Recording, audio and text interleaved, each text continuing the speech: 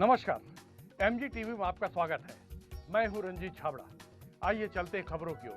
राज्य सरकार की अवैध निर्माण को वैधता प्रदान करने वाली नीति की नगर निगम अधिकारी गलत व्याख्या कर भ्रम का वातावरण निर्मित कर रहे हैं। एक तरफ जहां स्वयं शासन का अधिकृत परिपत्र निर्देश न आना कबूल कर रहे हैं, वहीं कमिश्नर मीडिया के सवालों पर आधी अधूरी अपुष्ट भ्रामक जानकारी देते हुए हर अनियमित निर्माण को 25% राजस्व आय की लालच में गलत व्याख्या करते नजर आ रहे हैं। राजपत्र में स्पष्ट उल्लेखित है कि जो निर्माण विवादित है, भवन अनुज्ञा के सर्वथा विपरीत है या जिससे लोकहित प्रभावित होता हो, उसकी विवेचना गुण दोष की जांच के बिना नियमितीकरण नहीं हो सकता। आइए सबसे पहले अनियमित भवन निर्माण के आरोपों से घिरे नगरी रोड के व्यापारी सुरेश वल्यारनी के कमर्शियल निर्माण की जांच करने गई निगम की राजस्व टीम के बुलडोजर अमले की कार्यवाही का सच देखते हैं। टीम आरोपी द्वारा स्वयं 7 दिन में सीमांकन कराकर देने के लिखित आश्वासन के बाद लौट गई और करीब 3 माह बाद भी आरोपी द्वारा सीमांकन रिपोर्ट पेश न करने के बावजूद निगम अधिकारी कार्यवाही करने के विपरीत मौनी बाबा बने हुए हैं, जिससे भ्रष्टाचार की आशंका हो रही है। मैंने नगर पालिका में सीमांकन के लिए लगाया है। अधिकारियों के आदेशानुसार सीमांकन इसीलिए लगाया है कि मुझे खुद ही मेरी ज़मीन जो मैंने ली है 2681 फुट और मैंने बनाए हैं 2500 में। मुझे मेरी ही ज़मीन कम मिली है। यहाँ पर 2500 फुट ही है मेरी ज़मीन और बाकी ज़मीन कहाँ गई, उसके लिए मैंने अधिकारियों के आदेशानुसार सीमांकन के लिए लगाया है। सीमांकन के पश्चात जो भी आदेश होगा हम करेंगे। 20/70 के बाद एक निर्माण आपका और है जिसकी शिकायत FIR थाने में दर्ज हो रहा है जी, तो उस संबंध में आपका कुछ कहना है? मैं इस संबंध में कुछ भी न मुझे जानकारी है, न इस संबंध में मैं कुछ जानता हूँ, न पर पता ही नहीं है मेरे को। ये पीछे और बहुत सारे दुकानदार हैं जो आप ही समाज के हैं। जी। उन्होंने उनके पास कैमरा रिकॉर्ड उन्होंने कहा है कि ये आवाजाही का है। जिन्होंने भी, हम उस बारे में कुछ नहीं, जिन्होंने जो भी पीछे हैं, पहले तो ये देखा जाए कि ये पूरा जो एरिया है इसको किसने काटा है, अवैध जो प्लाटिंग हुई है वो किसने की है। नहीं, उसने पहले नहीं, मैं जो कह रहा हूँ ये अवैध प्लाटिंग किसने की है। अच्छा, जो पीछे जो कंप्लेन कर रहे हैं कलेक्टर साहब से, उनसे उनके डॉक्यूमेंट्स शासन को देखने चाहिए कि उनके पास रास्ता कहाँ है, रास्ता उन्होंने क्या दर्शाया है, कैसा दर्शाया है। ये सब शासन का काम है और उस शासन के काम को मैं कैसे हस्तक्षेप कर सकता हूँ। दूसरे का अपराध गिनाने से आपके अपराध कम हो जाएंगे क्या? ये पूरा का पूरा भूलैंड जो है आवासीय ही पास हुआ है जी। मतलब आपका 1 इंच भी अवैध निर्माण नहीं है? हमने नियमितीकरण के लिए निवेदन कर दिया है। नहीं, आप बताएं, मेरी निजी भूमि है और बहुत सारे लोगों ने, आप ही के समाज के लोगों ने इसमें बाइट दिया है कि ये सबके आने जाने के लिए है, सबके हस्ताक्षर है, सहमति है। उनके दस्तावेज देखे जाए। अच्छा, मतलब आपका 1 इंच भी अवैध निर्माण नहीं है? उनके दस्तावेज देखने के बाद आप बताइएगा। आपने एक बार कहा था कि ये रोड 15 फुट 14 फुट हो गया है, अवैध निर्माण हो गया है।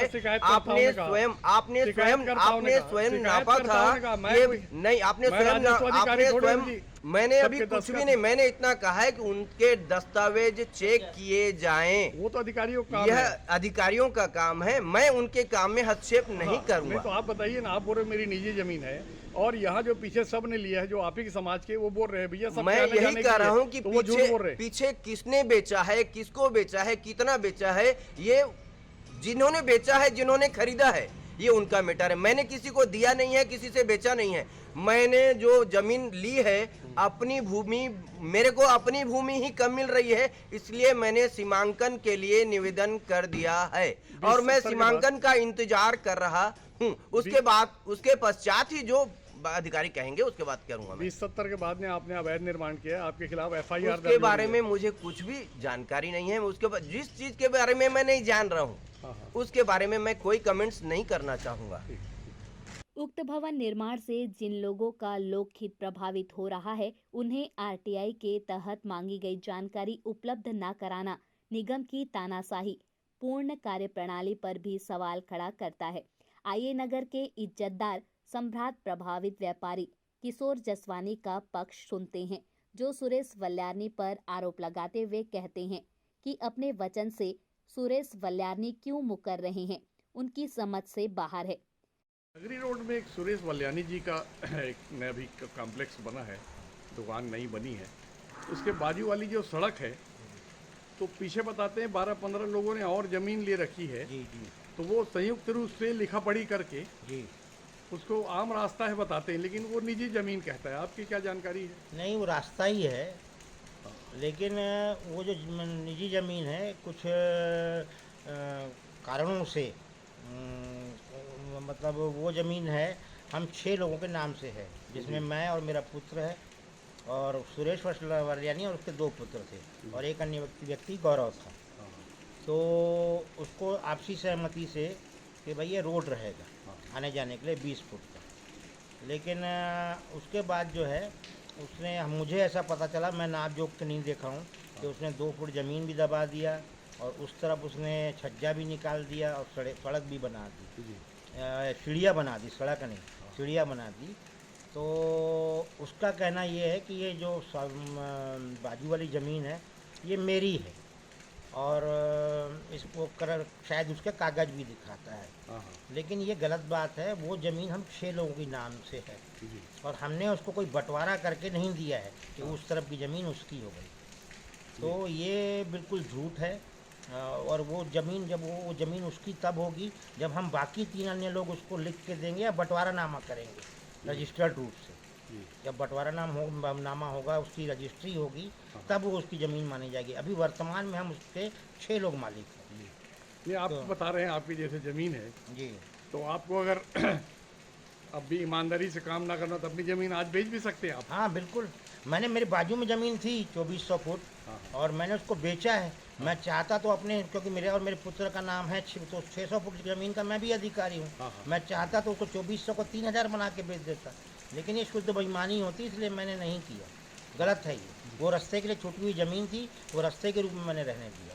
तो आज ये स्थिति क्यों आ गई कि वो नगर निगम को और अधिकारियों को बता रहे हैं कि मेरी निजी ज़मीन है, आज वो दावेदारी क्यों कर रहा है? तो मैंने तो आपको बताया ना, क्योंकि उसका उस ज़मीन में नाम डला हुआ है और जबकि वो तय ये हुआ था कि वो रास्ते के रूप में रहेगी। और क्योंकि सारी दुनिया विश्वास पे चलती है, हम लोग व्यवसाय करते हैं, लाखों करोड़ों रुपए की उधारी लेते भी हैं और देते भी हैं, तो विश्वास पे चलता है।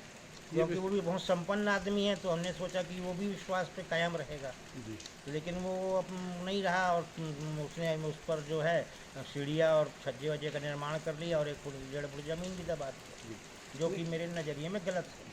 तो मतलब ये माना जाए कि उन्हें विश्वास तोड़ा है व्यापार। अवैध भवनों को वैध किए जाने की सरकारी नीति और निगम की कार्यप्रणाली पर निगम के पूर्व सभापति, अधिवक्ता और पार्षद राजेंद्र शर्मा कहते हैं कि अंधेरी नगरी चौपट राजा, टके सिर भाजी टके सिर खाजा।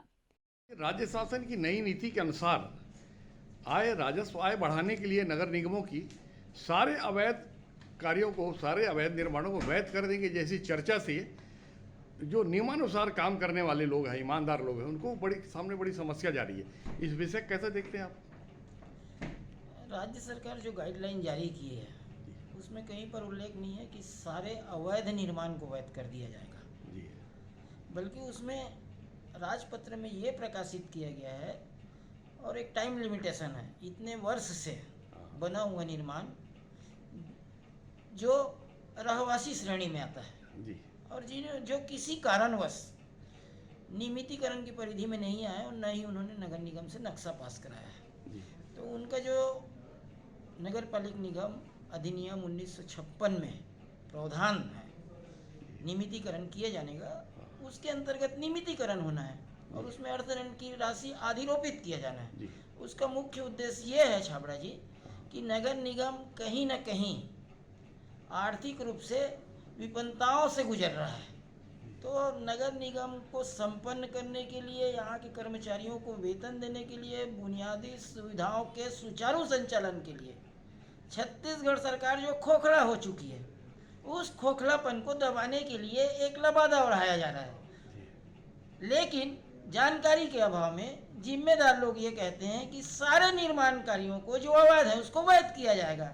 यहाँ परेशानी आ रही है, इसको जनता के सामने दूध का दूध पानी का पानी करने की आवश्यकता है। जी, मास्टर प्लान का भी नगरी रोड में हम अगर बात करें तो वहाँ मास्टर प्लान का भी पालन नहीं हो रहा। अपनी सीमा से 10 फुट छोड़ने के बजाय लोग 10 फीट बाहर निकाल के बना रहे हैं, और राजस्व टीम यहाँ की गई भी थी और बिना कार्रवाई किए वहाँ चाय नाश्ता करके आ गई। मैं आपके माध्यम से ये मांग करता हूँ कि व्यक्ति विशेष नहीं, स्थान विशेष नहीं, यही नियम कहीं पर लागू होता है, तोड़ दिया जाता है, और यही नियम कहीं पर शिथिल कर दिया जाता है। ये दोहरा मापदंड इस नगर निगम द्वारा नहीं अपनाया जाना चाहिए। यहाँ के जिम्मेदार अधिकारी को, जिम्मेदार जनप्रतिनिधियों को नगर निगम के कार्यों में पूरी पारदर्शिता लाना चाहिए। निगम का पहला धर्म है जनता का विश्वास अर्जित करें। उस विश्वास की कसौटी पर खरा उतरने के लिए नगर निगम सही नहीं है, सफल साबित नहीं हुआ है। जी, राजपत्र के नियमों का उल्लेख करने के बाद भी, हमारे द्वारा सवाल पूछे जाने के बाद भी, कि जिस विवादित इमारत या स्थान पर लोकहित प्रभावित हो रहा है उसका नियमितीकरण कैसे करेंगे? तो एक सभापति हैं और कमिश्नर साहब, उनका कहना है कि सबका नियमितीकरण होगा, तो इससे क्या है, ईमानदार लोग हतोत्साहित होंगे? अध्ययन नहीं है उनका, पहली बात। दूसरी बात, धमतरी शहर के बहुत सारे जागरूक नागरिक हैं, किसी विषय पर उन्होंने। नगर निगम के मुख्य सभापति अनुराग मसीही अवैध वैध निर्माण के नियमितीकरण सवाल पर कहते हैं कि सरकार के निर्देशों, गाइडलाइन और राजपत्र के अनुसार काम हो, इसे वे देखेंगे। राग भैया, नगर निगम के अधिकारी जो है अवैध निर्माण को वैध करने की जो है संतोषजनक जवाब नहीं दे पा रहे, जिससे नगरीय क्षेत्रवासियों में बड़ा आशंका कुशंका का जन्म हो रहा है कि नियमानुसार अवैध वैध होंगे या सभी प्रकार के अवैध जो है वैध कर दिए जाएंगे, तो उससे जो वैध काम करने वाले वो हतोत्साहित होंगे। आप कैसे देखते हैं इस विषय को? जो छत्तीसगढ़ शासन की गाइडलाइन है उसके अनुसार ही वैध अवैध का जो है प्रक्रिया वो पूर्ण की जाएगी। ऐसा नहीं है कि जो शासन की जो गाइडलाइन है उससे अलग होकर नियमितीकरण का काम नहीं किया जाएगा। जी, नगर निगम की अर्थव्यवस्था ठीक करने के लिए उसमें 25% राजस्व आय का प्रावधान किया गया है ताकि आप लोग को यहाँ व्यवस्था में असुविधा ना जाए। तो उस फेर में क्या लगता है, कुछ गलतियाँ हो सकती है जिससे लोकहित प्रभावित हो? नहीं, वैसी कोई गलती नहीं होगी। जो भी 25% का निगम को मिलना है, क्योंकि हम लोग को भी वेतन सब देना पड़ता है, और नगरीय क्षेत्र में जो भी यहाँ के वर्कर कर्मचारी हैं उनका सबका वेतन यहीं से दिया जाता है। जी, तो उसको ध्यान में रखते हुए नियमानुसार ही कार्रवाई की जाएगी। नगरीय क्षेत्र में मास्टर प्लान का भी नियमों का पालन हो और आवासीय जो व्यावसायिक बना लिए गए हैं उनकी भी सूक्ष्म जांच कर वैधता का निर्णय किया जाए, ये कितना न्यायोचित रहेगा? जब तक ठीक से जांच नहीं होगी तब तक इस तरह की कोई कार्रवाई नहीं की जाएगी। जी, बहुत देख सोच समझ के ही सब इस प्रकार के काम किए जाएंगे। नहीं, अभी जो अधिकारियों की चर्चा के बाद ऐसा लगा कि राजपत्र में जो गाइडलाइन दी गई है उसका वो पालन करते हुए चर्चा में ऐसी कोई बात नहीं कर रहे हैं, तो क्या लगता है राजपत्र का अगर उल्लंघन होता है तो ये कितना गंभीर मामला बन जाता है? नहीं, राजपत्र का उल्लंघन नहीं करेंगे वो, राजपत्र के हिसाब से ही काम किया जाएगा। जी, ये नगरी रोड में एक अवैध निर्माण को लेके आपकी टीम गई थी, लेकिन वो बिना कार्रवाई किए लौट गई, तो लोगों के बीच ऐसी चर्चा है कुछ लेन देन भी हुआ होगा, कुछ भ्रष्टाचार हुआ होगा? नहीं, ऐसा कोई भ्रष्टाचार नहीं हुआ है, उसमें जांच चल रही है। जांच में जो भी उचित कार्रवाई की जाएगी जांच के बाद। अवैध निर्माणों के वैध किए जाने के सवाल पर जिले के लोकप्रिय कलेक्टर PS एल्मा ने कहा कि नगर निगम में सारी प्रक्रिया राजपत्र के निर्देशों के अनुसार हो, इसको देखेंगे। रोड में एक अवैध निर्माण को लेकर आपके पास पहले भी शिकायत हुई थी, अभी और शिकायत भी आने वाली है। तो अवैध निर्माण को लेकर नगर निगम की जो नियमितीकरण की जो पॉलिसी है उस पर थोड़ी आशंका व्यक्त की जा रही है, तो उसका कैसे व्यवस्थापन हो पाएगा ठीक से? जो पॉलिसी है उसको उसके आधार पे ही नगर निगम के द्वारा नियमितीकरण की जाती है, और उसमें स्पष्ट है कि लोकहित में या जो कुछ बिंदुओं पर दिए गए हैं उसी के दायरे में रहकर ही नगर निगम उसको नियमितीकरण करती है। अगर जो लोकहित में नहीं है या फिर उनमें जो कंडिकाएं और जो हैं उसके दायरे में नहीं आती है तो उसकी नियमितीकरण नहीं की जा सकती है। इस पर जो कार्रवाई है नगर निगम के थ्रू होके आती है और उसके पास उसका अनुमोदन होता है। जी, तो ये कुछ दबाव की भी खबरें आ रही हैं, कुछ सभापति जो है दबाव डाल रहे हैं कि साहब बहुत जगह अवैध निर्माण है, इस पर कार्रवाई करोगे तो दूसरे पे भी करना पड़ेगी, इस तरह के जो अवैधानिक दबाव डाल रहे हैं। नहीं, इसमें अवैधानिक दबाव वगैरह की बात नहीं है, जो शासन की स्पष्ट नीति बनी है, नियम बने हैं, उसी के आधार पर ही नगर निगम में पूरी प्रक्रिया से कार्रवाई करके उसको अनुमोदन की जाती है और उसको नियमितीकरण की जाती है। तो ये माने कि जो फरियादी हैं उनको न्याय मिलेगा, ये माने? हाँ बिल्कुल, गुणदोष के आधार पर परीक्षण करने के बाद बिल्कुल न्याय मिलेगी, किसी प्रकार कोई दिक्कत नहीं है। Okay, thank you. आरोपी द्वारा 7 दिन में सीमांकन पेश करने, वैध अवैध निर्माण नियमितीकरण, राजपत्र के निर्देश पालन, व्यक्ति विशेष आरोपी पर कार्यवाही, बुलडोजर लेकर कार्यवाही करने गए, राजस्व अमले की वापसी और आरटीआई के तहत जानकारी न देने संबंधित अनेक सवालों के जवाब पर संदिग्ध भूमिका निभा रहे निगम कमिश्नर विनय पुयम ने क्या कहा, सीधे सुनते हैं। सर जी, ये सारे अवैध निर्माण वैध किए जाएंगे, सारे अनियमित भवन वैध कर दिए जाएंगे, इस तरह की खबरें अखबारों में जी सरकार द्वारा जो समाचार उसमें देखने को मिल रहा है। आपके पास अधिकृत जानकारी क्या है? जैसे कि राज्य शासन के निर्देश हैं, अभी 14/7/2022 को एक अधिसूचना जारी की गई थी, जिसमें नियमितीकरण 2022 के नियमितीकरण संशोधन नियम अभी आए हैं, जिसके अनुसार हम किसी भी प्रकार के अवैध जो भी निर्माण हैं उनको नियमित करा सकेंगे, जिसके लिए विशेष रूप से जो नॉमिनल पैसे लगेंगे, अगर 120 स्क्वायर मीटर के ऊपर अगर कोई भी जैसे कोई रेसिडेंशियल उससे ज़्यादा है तो उसमें शास्ति लगेगा, अगर उससे नीचे है तो उसमें शास्ति नहीं लगेगा।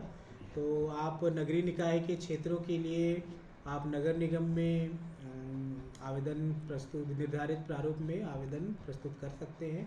अगर नगर निवेश क्षेत्र के बाहरी कोई एरिया है, ग्रामीण एरिया है, तो आप डायरेक्टली नगर निवेश के कार्यालय में ये आवेदन प्रस्तुत कर सकते हैं। जी, क्या इस आवेदन लेते समय क्या राजपत्र में प्रकाशित गाइडलाइन का पालन किया जाएगा या नहीं किया जाएगा? बिल्कुल, उसमें जो भी नियम अनुसार है, जैसा कि हमें नगर निवेश की टीम के द्वारा जो भी प्रशिक्षण दिया है, क्योंकि अल्टीमेटली हमको नगर निवेश कार्यालय ही भेजना है नियमितीकरण करने के लिए, तो इसमें जो भी गणना है उनका वेरिफिकेशन भी उनके द्वारा किया जाएगा। अंतिम है, हम जो भी नियम कानून बने गए हैं, जितनी शास्ति लगाया जाएगा वो सारा चीज़ हमारे कार्यालय द्वारा किया जाएगा। जी सर, हम उदाहरण के लिए नगरी रोड स्थित सुरेश वल्यानी के एक भवन की बात करना चाहेंगे, जिन्होंने मास्टर प्लान के नियमों के विरुद्ध 10 फीट अपने सीमा से छोड़ने के बजाय 10 फीट वो बढ़ाया है और 10 फीट रोड में और बढ़ाया है, जिसमें आपकी टीम गई थी। क्या उसको भी वैध किया जाएगा जहां लोकहित प्रभावित हो रहा है? जहां लोकहित प्रभावित हो रहा है, तो जहां भी प्रभावित हो रहा है उनको प्रूफ करना पड़ेगा कि वो लोकहित से प्रभावित हो रहा है। अगर किसी भी प्रकार का नियमितीकरण को अनियमित जो भी है, 4 प्रकार के अनियमित को नियमितीकरण करने का शासन के द्वारा निर्देश है, जिसमें मार्जिन ऑफ सेफ्टी भी है। तो उसमें भी अगर वो आवेदन करेंगे तो नियम अनुसार कार्रवाई किया जाएगा नगर निवेश कार्यालय के द्वारा। अगर वो नियमितीकरण की परिधि में आएगा तो उनको नियमितीकरण किया जाएगा। कितने स्क्वायर फीट तक निर्माण करने में आदमी उस परिधि में नहीं आएगा और उनको नॉमिनल चार्ज लगेगा? 120 स्क्वायर मीटर। बहरहाल आर्थिक रूप से बदहाल नगर निगम द्वारा हर अवैध निर्माण पर वैधता की मोहर लगाने वाली सरकार की नीतियों पर कितनी न्यायपूर्ण निष्पक्ष कार्यवाही कर पाते हैं, यह तो समय बताएगा। पर 25% राजस्व आय की लालच में कुछ अधिकारी अगर बिना लोकहित जांचे मनमाने फैसले लेते हैं तो प्रभावित उन्हें हाई कोर्ट तक धक्के खिलवा सकते हैं, इसमें दो राय नहीं। अभी लेते हैं एक छोटा सा ब्रेक। आप देखते रहिए MG TV, क्योंकि खबरों का सिलसिला यहाँ थमता नहीं।